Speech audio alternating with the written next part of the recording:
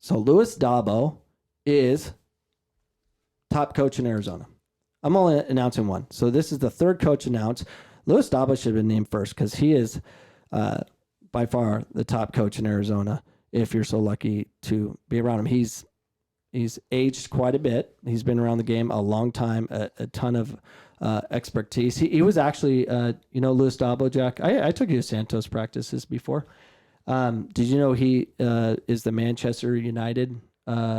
He's a scout for Manchester United for North America, or was, but he's a big deal.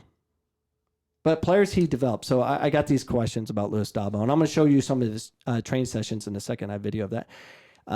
So Louis Dabo, just to name a few, he produced Pablo Mastroni, which we do have the overlay for that, Ryan. We have Pablo Mastroni, who he's played on the U.S. national team.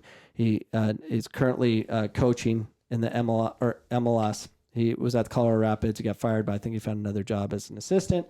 But big-time player. Won a gold medal, which is rare, U23s. And he's produced by Louis Dabo. And I'm going to show you what he did, what the secrets of success, what Louis Dabo did for them. Evan Whitfield, who played for Chicago Fire. He won a gold medal with the U.S. men's national team, but he had a stellar career. And I'm actually gonna bring on I'm gonna get a hold of Evan Whitfield in further podcasts that talk about what was so great about Louis Dabo. What did he do? What are the secrets? And we'll find out secrets in a second, because I'm gonna show you Brandon Tyler, who played for New England Revolution.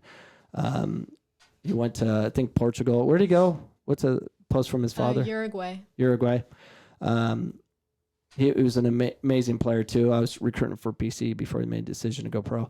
Scott Garlick, a goalkeeper, played for Santos organization, and he is very technical with his feet for a goalkeeper. But this is not including how many players he moved on to play Division I soccer. Arizona was different back when Louis Dabo was kind of running the show as far as developing players before it became, let's steal players and create a lie to get their money. And that's what happened. So Louis Dabo, he simplified things. He focused on really two things: dribble and be fit in small-sided games. That's it. There was nothing special. We have a video. Show the video of Louis Dabo's training session. So this is a typical session by Louis. Dribbling, occasional whistle. But they would do this all day long. And they still do. It's not as intense because of the lack of facilities and stuff. I don't know if they do it 2-3 times a day or a week. But back in when I was growing up, and here's what else you would do. Yeah, you can turn that down. Thanks. You would do a lot of feigning, a lot of movement, fitness. You do fitness, but this is soccer-specific fitness that Louis Dabo did. And they would run, and then when you thought you were done with running, you would run some more. Because in soccer, fitness matters. Having the ability to control the ball. And I've done a million of these with Louis Dabo because he coached me at the Sand Sharks. This is at Soccer Locker, board to board, or Phoenix Sports Center, or whatever you call it now. Those are suicides, aren't they? That's not a suicide. That is, well, I guess you would be committing suicide if you keep doing this. But that's why they call it suicide. No, suicide is up and back, up and back, up and back. But this was just there. Anyways, so very simple. So back in the heyday of Santos, under Louis Dabo, they would dribble 5 days a week. I remember going to the training. I'm like, oh, I'm going to learn some secret stuff, Jack. I was going to learn something special. And what they did was dribble. And I'm like, where's the secret stuff? I would just dribble for like an hour straight. Cut. I'm like, I hate this. But they do it 5 days a week, Monday through Friday. Dribble, small-sided games, fitness. That's it. Repeat. Again. And then they play on Saturdays, and then take Sundays off sometimes to go to church or something. I don't know. But tournaments and stuff force them to play 7 days a week. But that's how they rolled. They went 7 days a week, basically. At least 6 every day. Jack, You're an American. How often are you playing? How often I'm playing games? No, training. Just Monday and Wednesday. Yeah. Monday, Wednesday, because there's a field shortage. That's all he does. What are you doing on the off days?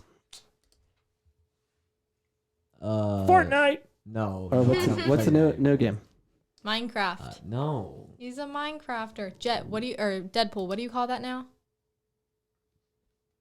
What do you mean? Your version of simp? I don't know. Say Super it. intelligent Minecraft player. That's Jack right there. So I'm telling you this right now, Jack. You cannot make it to the next level, whatever level you want to go beyond, if you're not training, working hard 5 days a week. Monday What through about Friday. trying out for big teams? I mean, know the point of that. Play, train all the time. But that's what they did. 5 days a week of training. And then playing Saturdays. They worked hard. And that's how it was done. It was very simplistic. And then on Saturdays, Louis Dabo coaching, he said nothing. Everything was quiet, face to face. And then if your parent was going nuts, he would then sub that player out whose parents acting like an idiot and say, "Hey, go sit with your parents." And then the player would be like, "Why? Well, your mom's doing all the coaching. Go sit with her. She has something to tell you, obviously. Everyone else can hear it." Yeah, that's what he would do. He wouldn't say anything. And he would produce amazing players.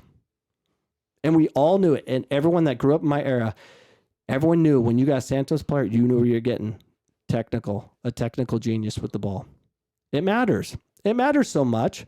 If you enjoyed that clip, you can enjoy all the clips at youtube.com/Coach Cameron Soccer to get all my content. Make sure you subscribe, hit the notification bell so you know what's going on and when we appear online, which is typically every Sunday, 7 p.m. Mountain Standard Time. Hope to see you this Sunday for our next live show.